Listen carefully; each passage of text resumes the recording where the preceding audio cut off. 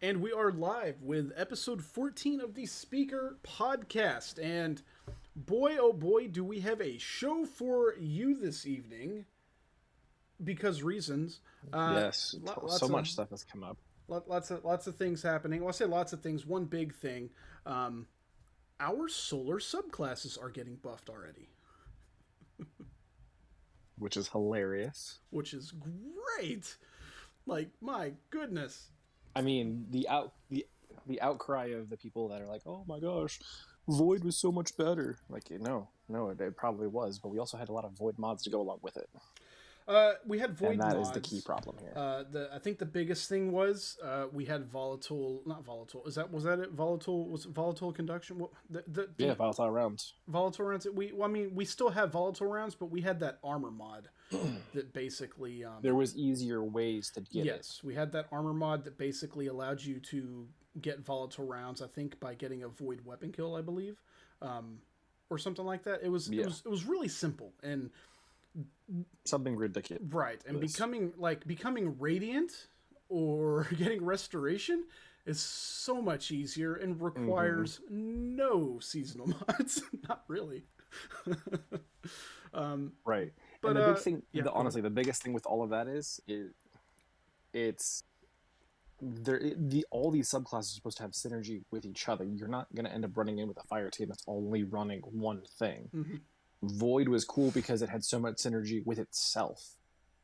Devour, Weaken, explosive rounds. Like, there were so many things that worked really well with Void. It was really thought together. It was put together well, and it had so much synergy with itself. Right. Solar, on the other hand, it has synergy with itself, but in a different kind of way. It's not damaging. It's healing. It's support. It's based off your teammates. And if you're someone who runs solo, you're not getting the full benefit of Solar 3.0. Mm-hmm. But yes, no, I do think these changes needed to happen because, again, it does feel a little lackluster. Actually, I found myself going back to Void today, running some solo content, just because the Solar wasn't able to keep up with the damage output I needed, and then I had Devour so I could heal. Right. Very cool. I'm digging it for sure. I got one of those Callus mini tools with incandescent on it. So I've been using that running around the Leviathan, and running one of Plunder's builds for Hunter, and it's really good. Really quite broken, honestly. The survivability is absolutely ridiculous, and I'm gonna like give you a little spoiler for my own little loadout right now. I'm using the I can't even remember what it's called, the Assassin's Cowl. So every time I throw my knives for knife trick, I go and like get a kill with it, I go invisible. And also because I'm using whichever I can't remember all of my fragments and stuff right off my head, but if I get a kill with my throwing knife, it restores my throwing knife. So it's really good. Like, I'm basically staying invisible. And the other thing about Assassin's Cowls, whenever it got buffed, it also like replenishes your health a little bit. So there's so many things working synergetically with each other. I have, of course, Radiant and Restoration working alongside those things, and you just stay alive. And yeah, I'm using Assassin's Cowl instead of Star Eater skills, so I'm not getting the full effect of like the super, but the super's still great. Like, I'm still like, I kill waves of heads all at once whenever I use it. And I'm having a blast on Hunter, and I honestly didn't think Hunter would be this fun with it. Like, I knew that Warlocks and probably Titans would be pretty cool. Titans more for PvP, and then Warlocks, of course, more for PvE, just because that's typically how that usually works. Now Titans have their one-shot melees back. It's kind of crazy. Sure.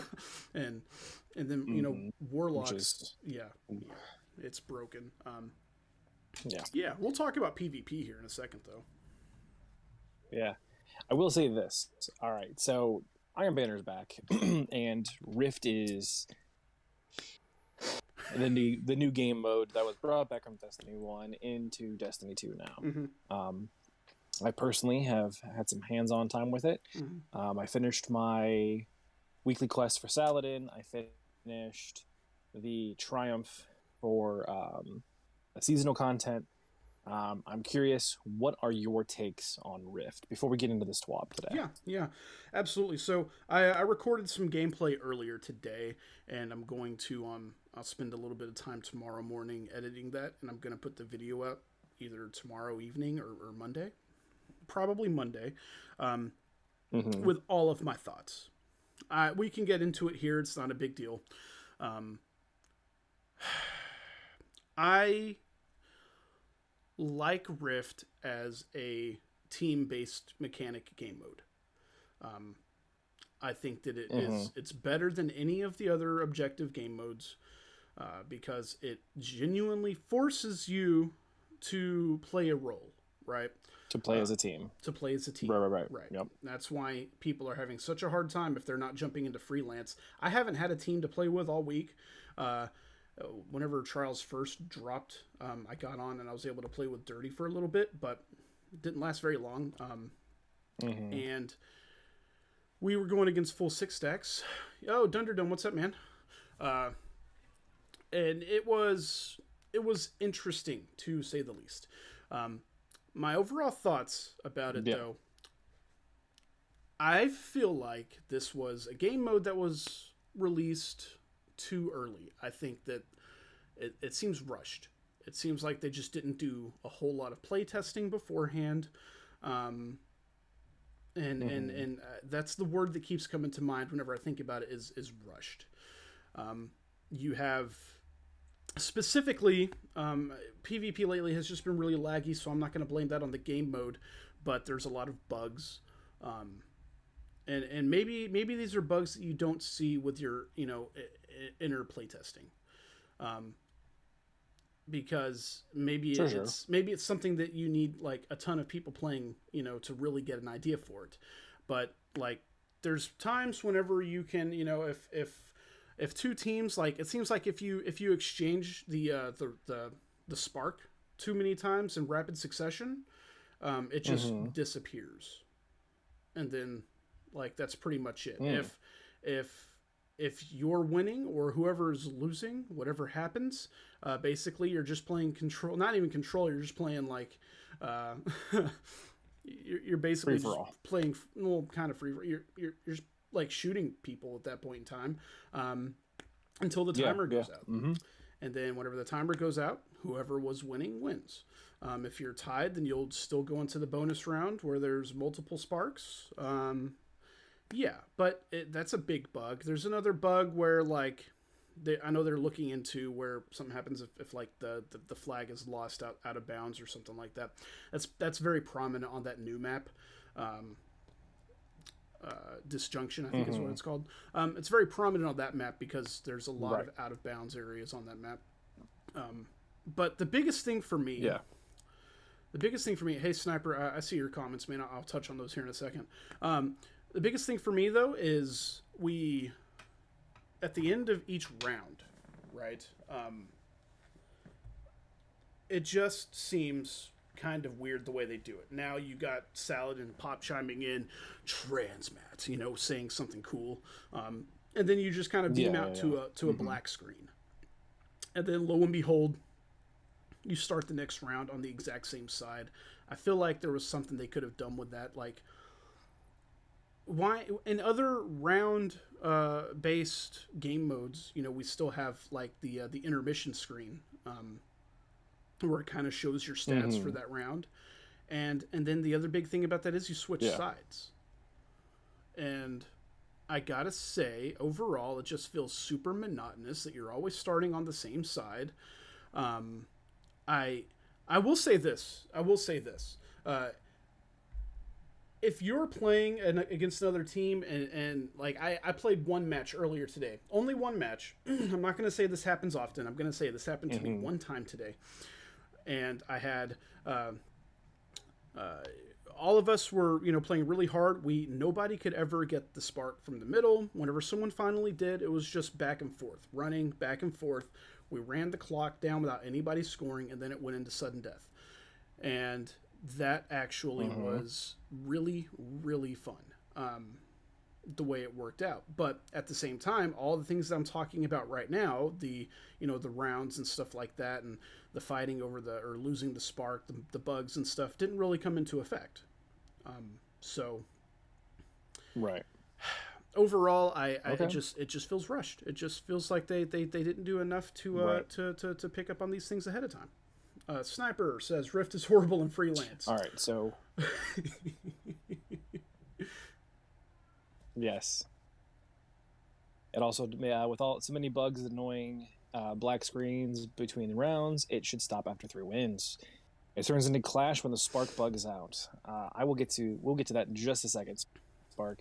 I want to finish this last thought from Legend here. So, Legend, if you could give a rating from 1 to 10, 1 being unplayable, remove it from the game immediately, 10 being like, oh my gosh, I'll never stop playing this ever again, what would you say? What would the rating be? And then give me a positive in the sense of like, I like it for this reason, and then I don't like it for this reason, and then give me a way to fix it. Easy 3 out of 10. Easy 3 out of 10. Easy 3 out of 10.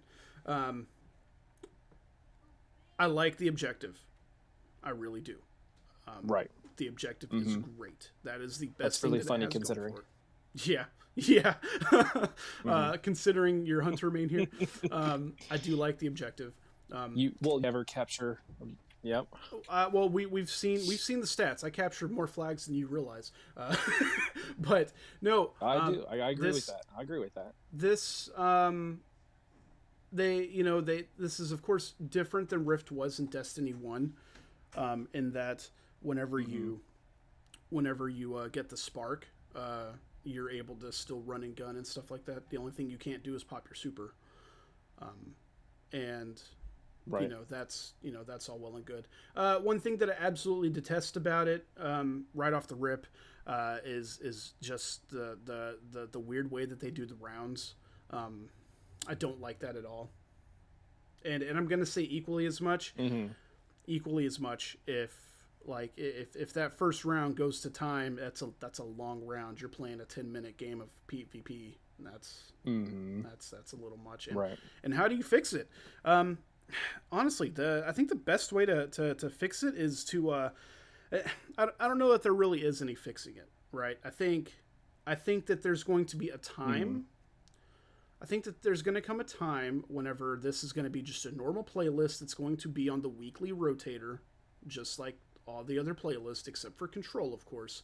And I think at that point in time, people won't mind it. There needs to be more maps. They need to unlock more maps for this. Right. Goodness gracious, I played Bannerfall it's 5 3 times right now. It's 3 or 4, but yeah, it's really, really bad. It's really bad. And then just those simple things I mentioned before, the round thing, fix in between rounds. Give us an intermission screen. Give us a kill counter. Like, that doesn't make any sense. Like, kills do still kind of matter. And you're talking about PvP. Why you don't throw up a kill counter? To me, it's just kind of, it's like that accessible thing that they keep throwing up. Is that the word that you don't like them using? Yeah, accessible. It's or approachable. Approachable. That's it. It's so annoying. Yeah, that's it. Yeah. Okay. We gotta talk about one thing, because we're talking about Rift specifically, but we have to talk about Iron Banner specifically. They turned off power level for this. Yeah, I was killing people with Blast Furnace and Tempered Dynamo and all of my Black Armor weapons, and I was having a blast. A moderate time in Rift. A moderate time. I love that. All right. So I guess the same questions for myself then. How do I feel about it? It's horrendous. I played a decent amount of it over 2 days, And good lord, out of them, I want to say I played probably 10 games. Mm-hmm.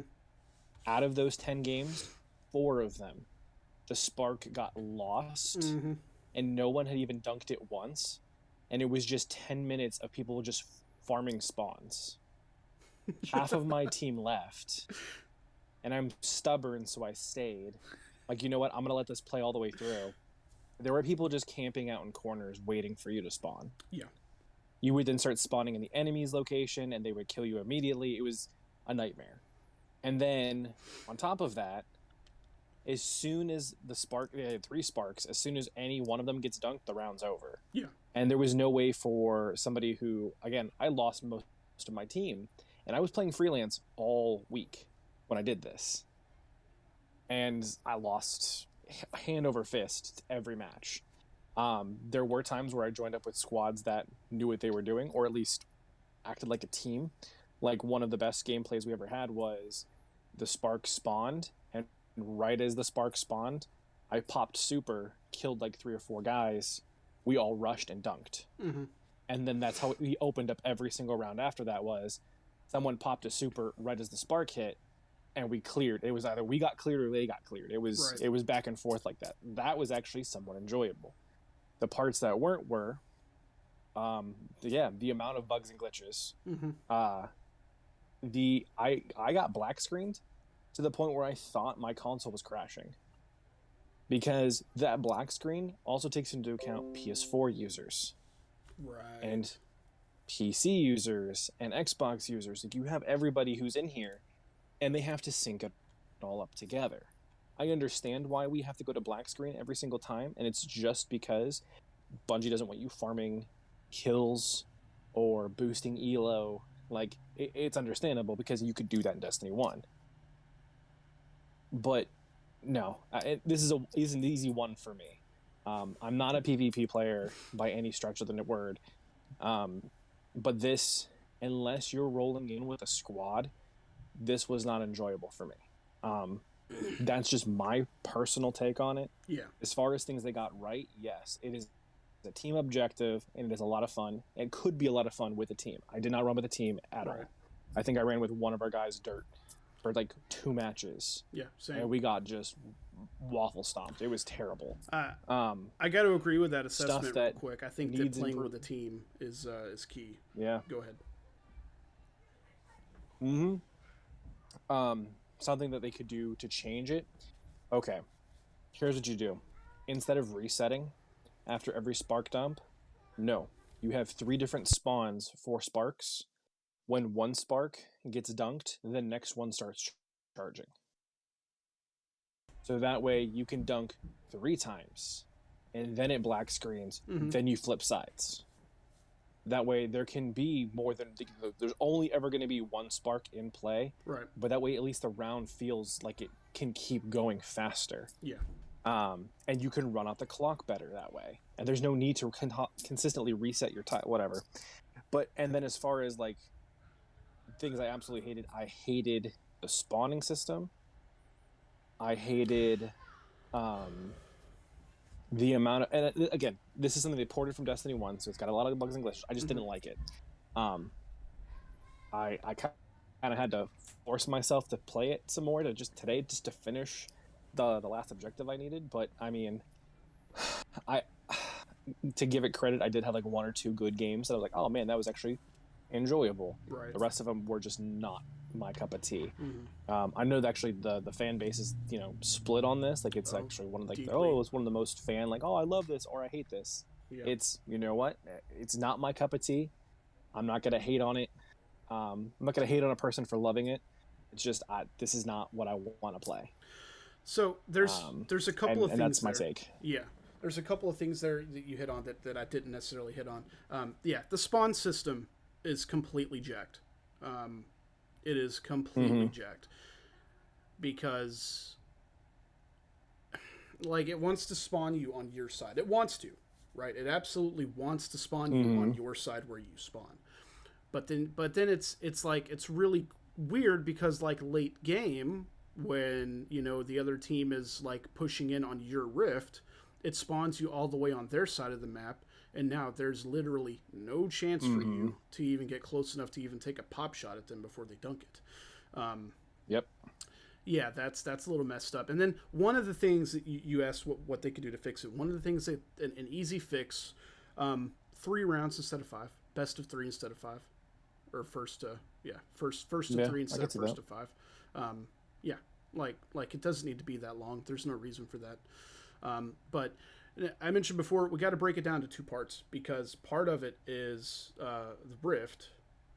Part of it is Iron Banner, because it is also an Iron Banner rework. And so I kind of want to touch on that real quick, because that's where the kind of the controversy comes in. I saw after the TWAB, where they announced that power level was going to be turned off for this, I saw people tweeting and going crazy saying, oh, this just means that all those other weapons are, going to be used and stuff like that. All those old weapons that no one, that we took out of the game for a reason. Revoker, Recluse, Mountaintop, all of those weapons. And I tweeted, I was like, that's kind of nonsensical, because you can literally use all of those weapons in Control right now. Nobody is.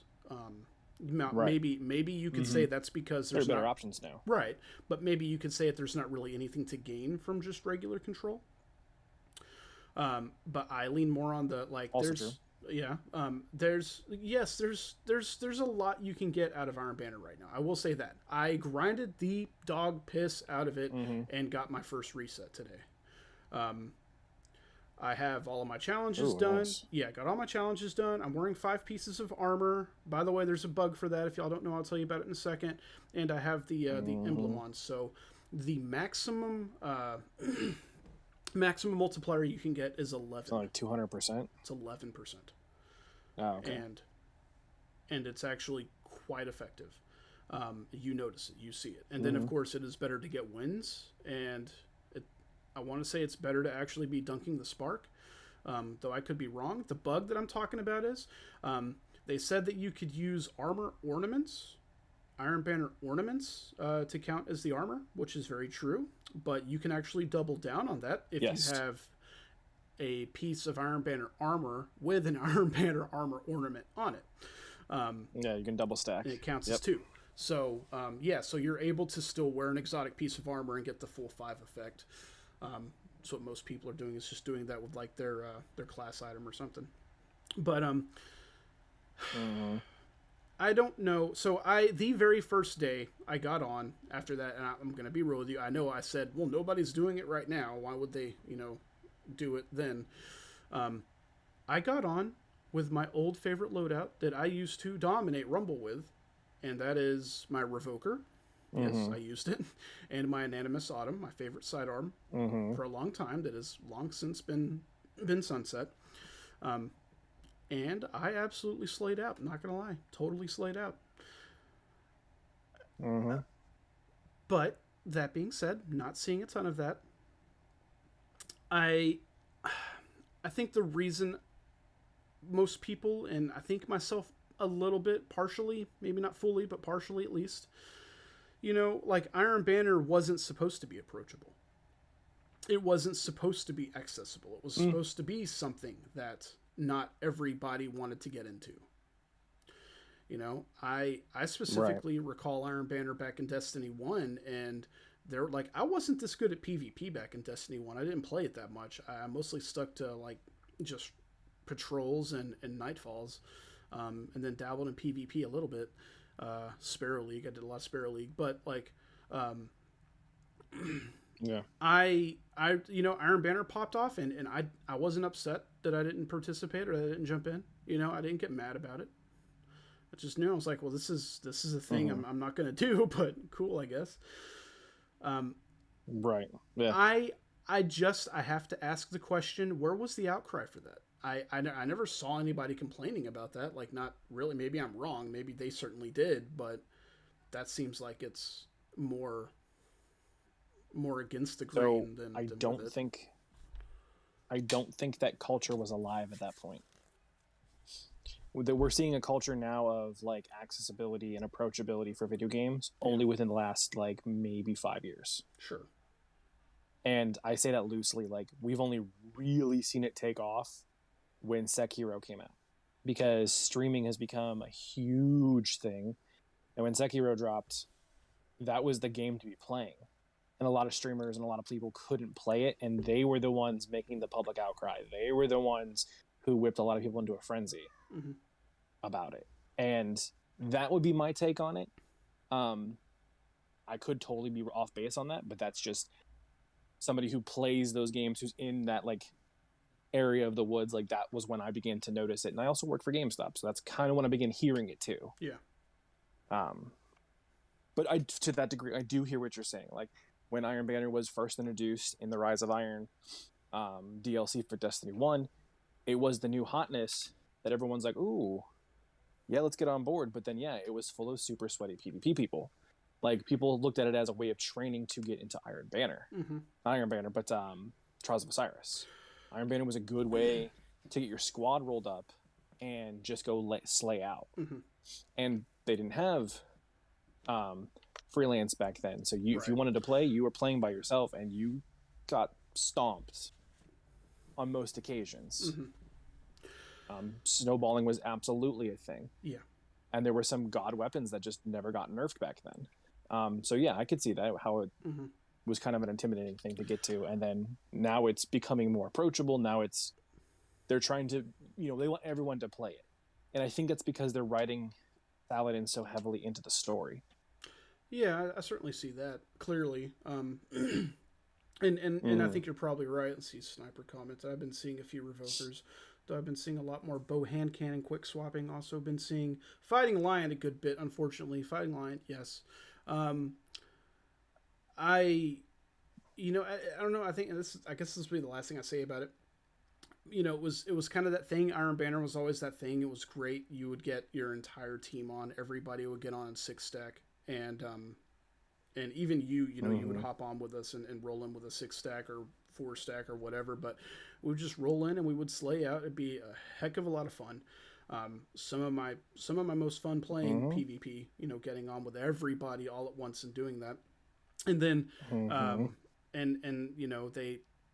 I have seen people complain like, oh, I hate playing 6-stacks or whatever. Well, that's kind of why they did the freelance playlist, So Ghostwood says, howdy y'all, howdy partner. And yeah, that's the last thing I'll say about it. Overall, my Iron Banner, you asked me to rank Rift, but I'll rank Iron Banner stuff. As of right now, I think I'm going to give it like a 6 out of 10. Just for Iron Banner, what they reworked Saladin, all of that great stuff. They reworked the challenges. They're no longer bounties you have to go pick up. You still get pinnacles, and you can get one a day, or you can wait until Friday and get all 4 of them at any point in time. You just have to grind 18 matches, because that's what those weekly challenges. That's how they work. If you're unaware, you get on day 1, Tuesday. And the weekly challenge is play 4 games. Okay, done. Then you get on the next day, and it's play 8 matches, but it's 4 out of 8 done. Okay, play another 4 matches, done. And then the following day is 12, and you're 8 out of 12, and then so on and so forth. So, but they do they break it up for people who have to work throughout the week. Exactly. So you can get on the weekend and complete all 4 of them, get all 4 of your pinnacles. And then they have this new system, which is outstanding. We've kind of seen them working on this for a while, where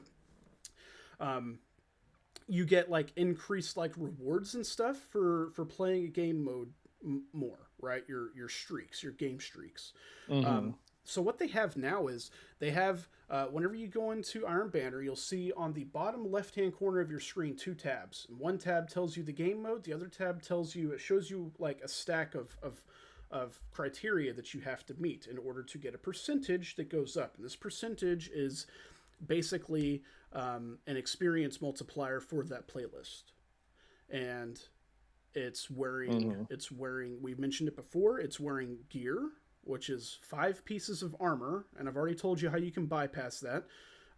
It's either armor or armor ornaments. And if you put on an Iron Banner piece of armor with an armor ornament on it, that counts as 2. So that's how you bypass the exotic thing. And I think they did that on purpose just for that. The other part is having on an emblem, an Iron Banner emblem.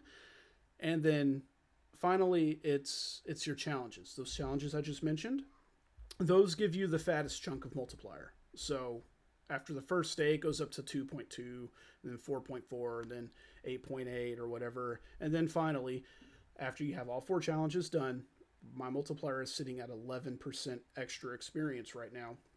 And, or extra, I guess rep is what you would call it. And it's noticeable. All of that's great. I think those are all great things. And I think the only reason that I'm really giving Iron Banner like a 6 instead of like a 7 or an 8 is because of this Rift game mode. I feel like if we were still playing Control right now, this would be better, honestly. And that sounds awful. I know. And I'm not against Bungie. I was very excited when they said Rift was coming back. But this ain't it. Unfortunately. Right. Yeah. And I mean, a little more spit and polish, and they'll get it. They've been doing really well so far. They have. We've said this a bunch of times. They're consistently listening to the fans. They are future proofing like heck. Yeah. They're doing a lot of things right, and they are getting stuff wrong. 100%. The whole airborne accuracy thing is just atrocious right now. Did you see Cross's tweet? Yes, I did. I played Halo today, and I was so happy to be video. able to shoot something in the air. Like, yeah. Oh god. He put us to the video about it, like, I think an hour before we started this. Yeah. And I finished watching it, and I was like, oh, I agree with all of this. But yeah, so we haven't even touched the TWAB yet, and we're already a half hour in. Oh, sure. So yes, so they're doing great things with Iron Banner. I do think it's going to get better as it progresses. I do think they're going to listen to the fans. This is a good testing grounds to see how that's going to go. I do like the multipliers for everything because you don't have a lot of time to play Iron Banner. If you're someone who only can get on during the weekends, I think it's great that you can sit there and grind out everything in one quick go. Yeah. I think it's nice that they add the multipliers again for the people that aren't able to play consistently, and if you want to get that Iron Lord title, because you have to reset your rank twice, and that can be difficult to do, and especially in a week's time. And you have to complete a total of 12 of the weekly challenges. So you have to complete all the challenges and all your characters if you want to do it this week. Right. So that's what I mean. It comes up there. Iron Banner's coming up twice a season now, and you could do it. You could knock it on one character, in those 2 times. But again, yeah, it's cool that you have the ability to do it if you can really just dedicate everything to it. But at the same time, for those of us who can't, it is nice to have these options. I think it's great that they're doing this, or at least considering how they're doing everything.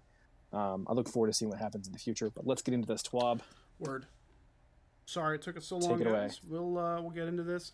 This week at Bungie, we dove deep into feedback about all the exciting things that have been happening in the game. As we continue to conquer the nightmares that Callus and his army have to throw at us, we've got some next steps to share about Solar 3.0, an updated known issues list for players to track with so many new things being introduced, and a special tribute to our community that we think you'll find welcome.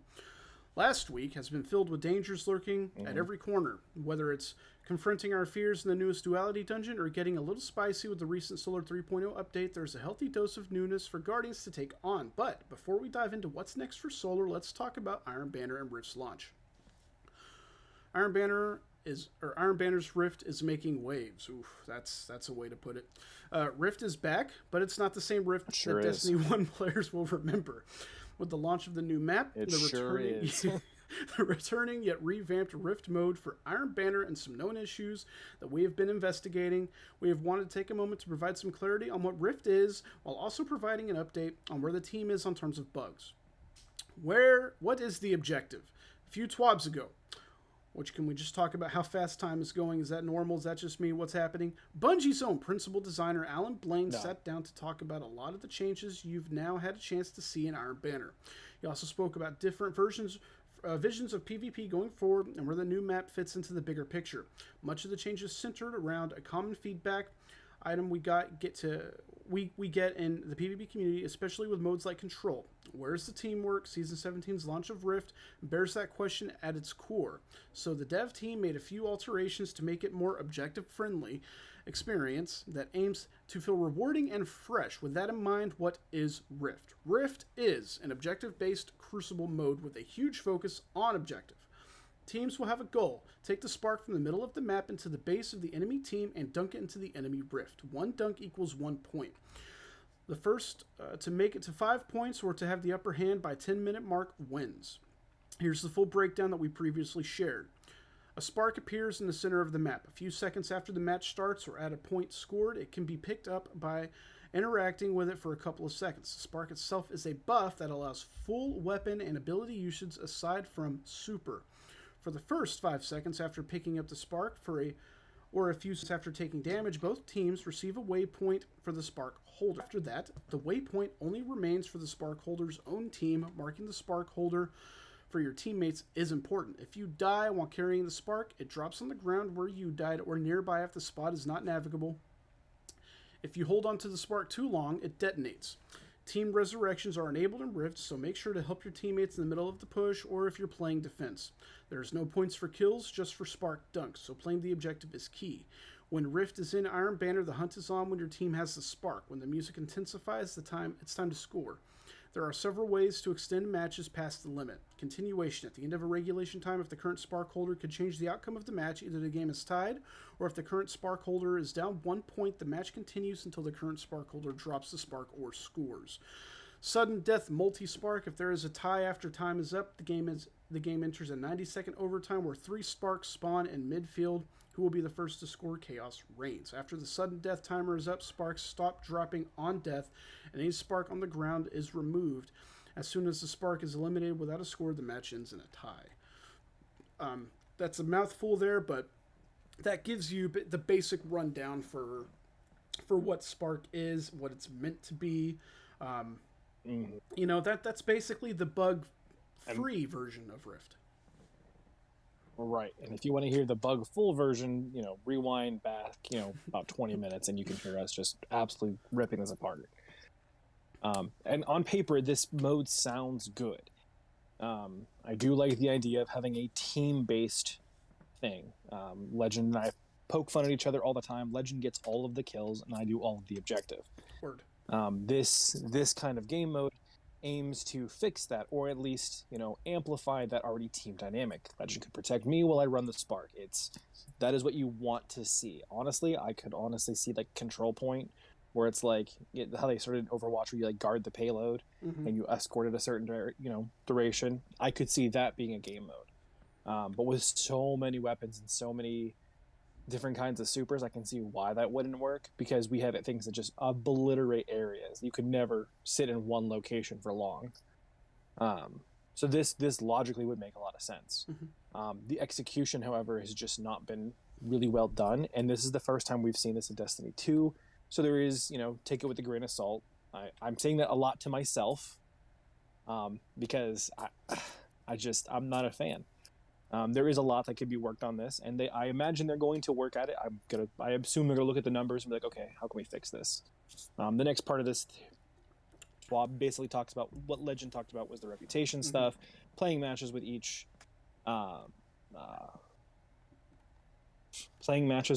matching earns towards Iron Banner reputations. Win matches earns a small boost based on your current Iron Banner rank.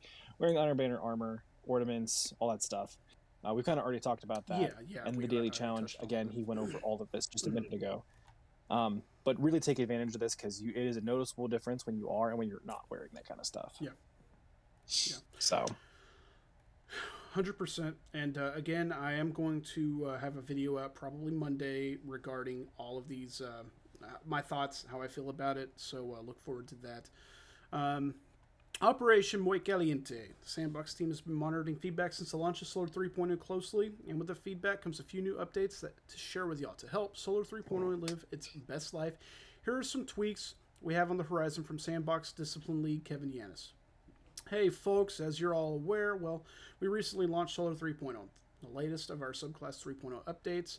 As with any launch, We've been watching and reading reactions to this feature, and it has become clear that we needed to circle around the campfire and share a bit about our plans. So I'd like to get together and talk about our intentions, our next steps, and some expectations setting for the rest of the season this year. Rest of the seasons this year, sorry. First, I want to reiterate some of the goals we laid out for 3.0. And I'm not going to go over the goals. They've talked about that in depth. I'm going to skip ahead a little bit just for time's sake. A common feedback thread is some frustration around losing elements like Heart of the Pack or nerfs to things like Sunspots and Benevolent Dawn. We know that losing things can feel unsatisfying or painful at first blush, and part of our 3.0ification of these classes is also rebalancing of some of these atoms. Those passive or self-looping ability regen benefits slightly power crept over the years to levels that made them too dominant in many activities. With our focus on build crafting, we don't want to have one singular perk complete large parts of your kit by itself. As we continue the process of moving the light subclasses into the 3.0 system, you'll see us continue to rebalance gameplay atoms in this manner, with the goal that the new combinations and possibility space the open up will offset the loss of any one perk. Were you about to say something? But unfortunately, what they've done is they've done just that. Volatile rounds became an absolute necessity in Void 3.0. Like, if you were not running it, you were not getting the full benefit. Mm-hmm. If you were not running Devour on certain, like, they said they want to take certain things out, but those certain things that were left in became like the absolute linchpin of builds. If you were a Warlock and you were not running Devour, you were playing the Warlock wrong. Mm-hmm. If you were playing a Titan and were not running volatile rounds, you were playing Titan wrong. If you were a Hunter and not going invisible and shotgunning or fusion rifle people every single second, you were playing it wrong. Like, they want to change the meta. They want to change things, but what they've done is they've replaced it with new forms of, for lack of a better word, cancerous problem. Because, yes, Benevolent Dawn on Solar was great because you could cheese a couple bosses. Sure, Sunspots were a great way of regenerating Titans who don't have any healing abilities whatsoever. There were lots of things in this game that's like, oh, you know, these few things made a linchpin for certain builds, and like, we're going to take those out, and really, hopefully, you don't have to do that again. No, you've just replaced them with new things. Yeah. And I hope in time that they'll continue to add stuff, because like when you have RPGs and stuff, when you have new abilities, they add new stuff to make those things work well with each other, but you have more variety and more options. That's why, like, I think a lot of the ritual weapons have been good, because they took out like Recluse and Mountaintop, but you know what they replaced them with? Other great weapons. There is not a need to go back and pull out Mountaintop when you have the Dead Messenger or Fighting Lion or name a grenade launcher. Dude, like, sure, Mountaintop was spectacular. Freaking Salvager Salvo is so much better than Mountaintop. Right. Chain reaction. But like, you could just just like that, you could take and name anything in this game for as far as weaponry goes, replace it with something else, and you have better options. That is what we need.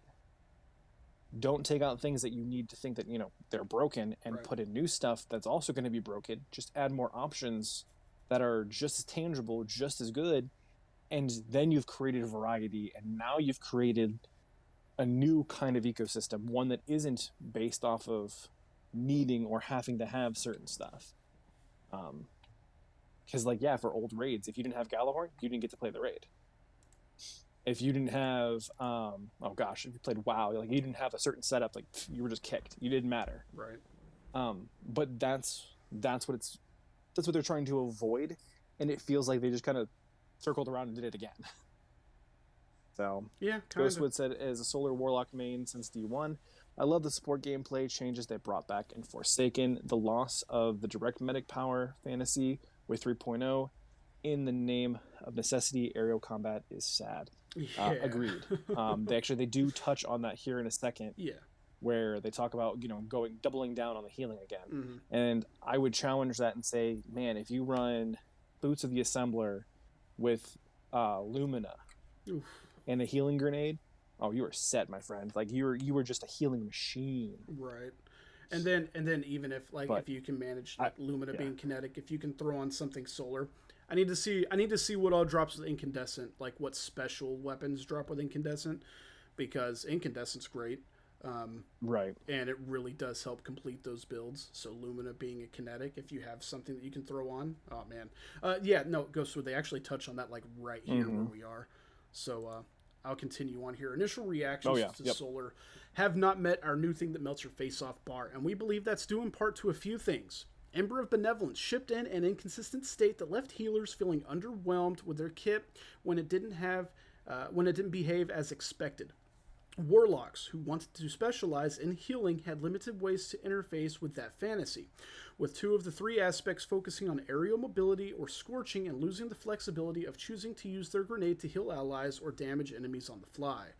Titans, while bombastic and potent, lacked ways to keep their engine running without needing to run throwing hammers or burning multiple cooldowns. So, as we've said in the past, through TWAB, socials, and other dev updates, we'd much rather ship something a little too spicy than something bland that makes it bad first impression. I think that with Solar 3.0, we landed somewhere in the middle, and the team feels very passionately that this is the wrong place to be. To that end, the team has pulled some heroics and shifted resources to make some buffs to Heat Rises, Icarus Dash, Celestial Fire, Burning Maw, Roar of Flames, and Consecration, as well as bug fixes to Ember of Benevolence and a few other damage over time Linger Grenades. These changes will go live next week at Hotfix 4.1.0.2. So, starting with Warlocks. Let me catch my breath here. Heat Rises. Added behavior.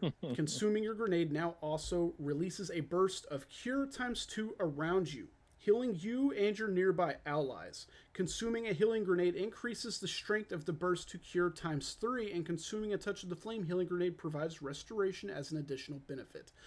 That's huge. Icarus Dash. Added behavior. While airborne, rapidly defeating targets with your super or any weapon cures you. Celestial Fire. Each Celestial Fire projectile now applies 10 Scorch stacks. This is increased to 15 stacks with Ember of Ashes is equipped. Solar Titan, Burning Maw, buff damage and PvE by 25%. Roaring Flames, added behavior. While Roaring Flames is active, your uncharged melee attack now deals solar damage and applies 30 Scorch stacks to targets per hit. That is increased to 40 stacks if Ember of Ashes is equipped. Consecration, fragment slots increased from 1 to 2. Raise the height of the secondary attack's ground wave by 25% to more easily catch players who jump too late. That's no small list of changes. The team takes feedback seriously. We're players ourselves, so when things don't land, we also feel that internally.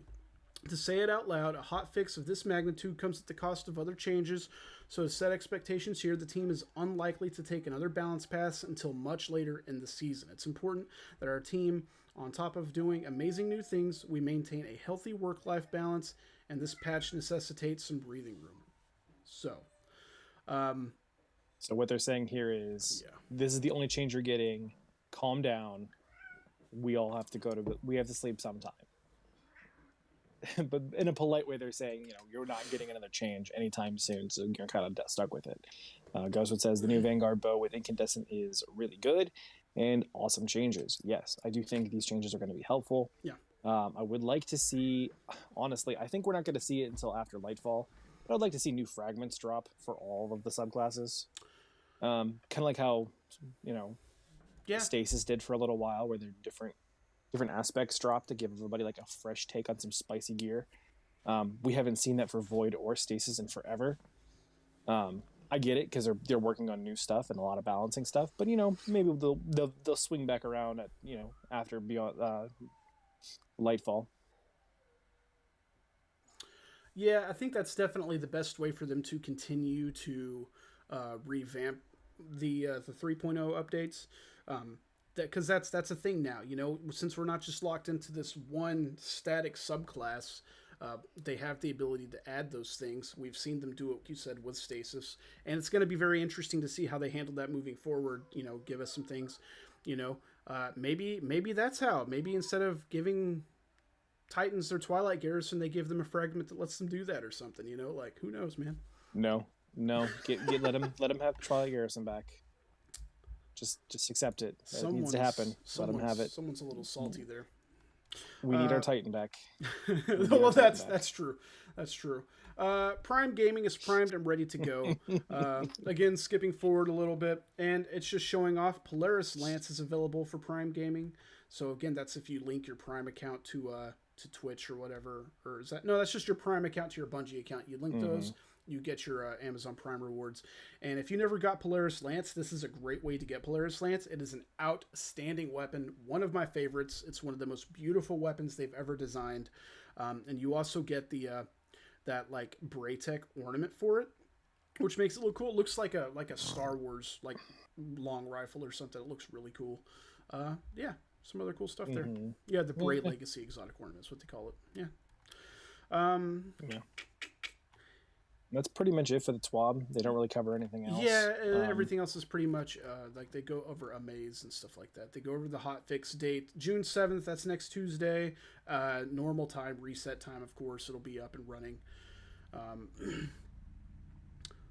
Let me touch on this real quick. Iron Banner challenges. We have seen some confusion surrounding Iron Banner's daily challenges, which works similar to weekly challenges. When hovering over the Iron Banner node in the director, players can see the weekly challenge, one of 4. One weekly challenge is unlocked daily from Tuesday to Friday. The challenges will stack so players can complete one a day or all 4 when Friday comes around. Each challenge will grant players pinnacle gear. So there's that. The dungeon key ownership clarification, similar to the season pass. Dungeon keys are applied to the first account that logs in after purchase and moves between platforms with cross-save. Dungeon keys and season pass premium track rewards can't be game shared between platform accounts and must be instead be purchased on each account that intends to access them. So basically, it's just saying if you want to be able to play the game on all the systems, you have to pay for it on all the systems. Unfortunately, that's a terrible that's a terrible model, but it is what it is. Yeah. Then it goes over the huge list of known issues that we're not even going to look at. So, right. Yeah. If you're interested, go ahead and have a look yourself. I mean, we're here to cover the big stuff, and you get to hear our thoughts. Overall, I think, in a nutshell, Solar rolled out a little bit weak. I think a lot of people are in the mindset of Solar should have rolled out as hot as Void, and I don't think we were ever going to have that happen. Just because of the nature of Solar. You notice Hunters did not get a buff. Hunter's super, or all of the Hunter's ability for Solar, is damaging. The Warlock in Destiny 1, it was all support. It was restoration. That's what it was. Mm-hmm. And then when the Titan came out with theirs in King's Fall, it was damaging. It was supposed to be big AoEs and cover the ground. And so I think that's kind of what they tried to revert back to in some degree. They really wanted to give the Titan the ability to go ham, and they wanted the Warlock the ability to do the same. But really, like the Solar Warlock's identity has definitely always been healing, and that self-res that we don't have anymore. So, yeah. I think this balance is going to be nice, and I do think in the future they're probably going to add a few more things.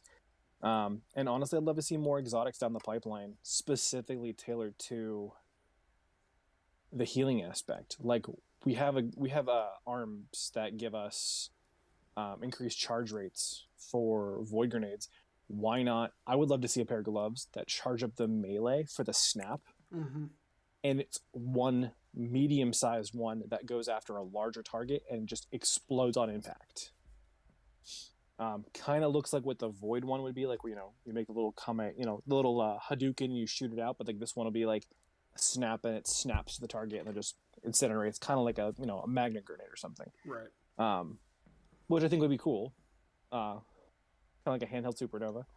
But, this just gets me excited for Arc, because Arc was definitely my least favorite after they nerfed the Kamehameha. Right. I cannot wait to see what they've done with that and maybe fix Geomancers. But all that being said, I think this is probably by far like the weakest TWAB we've had in a while. Yeah. It was just touch-ups for a game mode that people are kind of like about, and a couple of balance changes as far as like supers go. So nothing incredibly juicy where it's like get your engine running.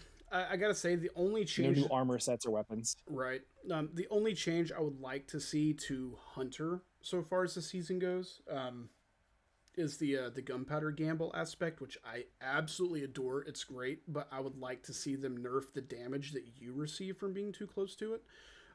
That thing will like it'll one shot you. You don't have to be all that close. Like it'll wipe you off the face of the earth. It's kind of crazy. That's the only real thing that I would like to see. But yeah, overall, I'm very happy. Honestly, at that point, I would like to see a chess piece. Get an exotic chess piece that, what is it? What's the grenade called? Oh, it's an which grenade? Oh, it's an aspect, not a grenade. It's called gunpowder. Okay, well, gamble. What's it called? Yeah, gunpowder gamble. Okay, so then you call like you could call it like the chess piece or something, or a piece of armor be like Gambler's Gambit or something, where it's like if you get a kill, for every kill that you land with that explosion, you get an overshield. Or it's like for when you shoot the target, like you instantly get a shield that prevents a lot of that kickback damage, which would almost make it completely necessary. But then you could like overcharge it as well. I don't know, something cool like that. I got to touch on these comments because Ghostwood actually just killed it. Sniper64 says seasonal shotgun has incandescent on it. He is exactly right. Ghostwood says I'm grinding for that. Then he says incandescent equals war crime rounds. Yeah, it's incandescent's great. It's right up there like with volatile rounds, except it's an actual weapon perk. That comes on weapons. For all the boys and girls at home who don't know what incandescent is, what does incandescent do? It's Jesus! I want to read the actual like perk for it. Like it's so partially why I asked. Yeah. Read the actual perk. It's new, and like we all talk about, like, oh yeah, no, volatile runs does this. Like we all know what it does, but not very often do we actually go into like what it actually does. Man, I really miss having good Wi-Fi. I miss having my computer open with my good microphone. Right. At least this way I don't have to wear pants.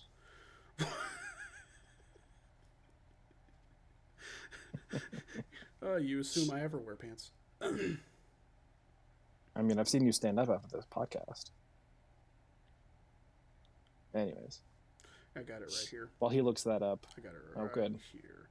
Yeah, incandescent. Defeating a target spreads lasting scorch to those nearby. More powerful combatants and opposing guardians cause scorch in a larger radius. So, yeah.